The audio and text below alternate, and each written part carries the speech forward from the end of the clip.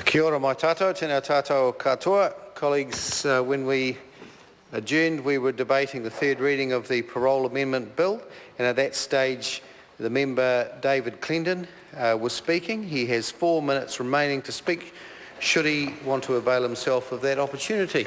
Mr Speaker, I certainly would, thank you. David Clendon. Thank you, Mr Speaker. Yes, so before the dinner break, I was beginning to talk about motivation. We had what I thought was a rather debatable claim from the corrections officials. They told us in respect of inmate motivation, and I quote, "Entitlement to an annual hearing, a parole hearing that is of course, provides no incentive for unmotivated offenders to address their offending behaviour."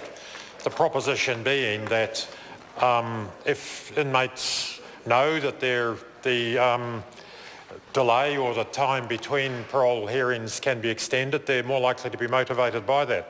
So that is not the experience of people working in prisons, of inmates themselves, of their families. Inmates are not foolish. Well, at some point they are to get in there, I guess, but in terms of parole board hearings, they understand very well that simply sitting doing nothing for a year and then walking in front of a parole board is not actually going to advance their cause. The inmates understand very well that in order to improve the likelihood of them getting parole, that they will have to demonstrate behaviour changes, attitude changes, completion of programs, whatever it might be.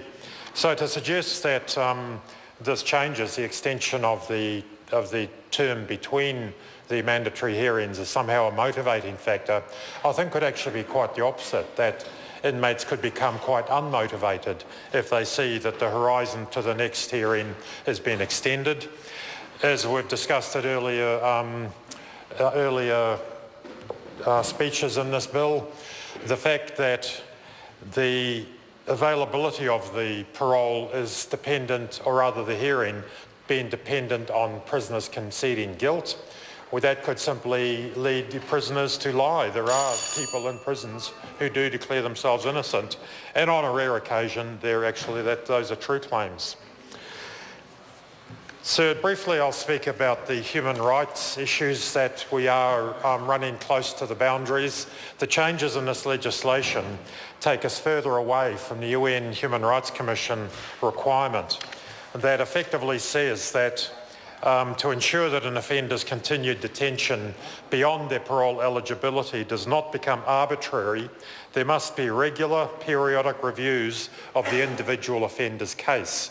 So this is built into the UNHCR documents to which we're signatories, and to the extent that we allow the term between hearings to become extended, the decisions can run perilously close to being seen as being arbitrary decisions, given that there will not be the level of interrogation, the level of evidence of investigation into just what is going on. Crown Law are satisfied that the current arrangements keep us well within the boundaries of the Human Rights Commission requirements, but the moving to the extended breaks and the extension of the 3 to 5 years could be a step too far in terms of assuring that we do stay in line with our international human rights obligations. Finally, sir, this question of relevant activities.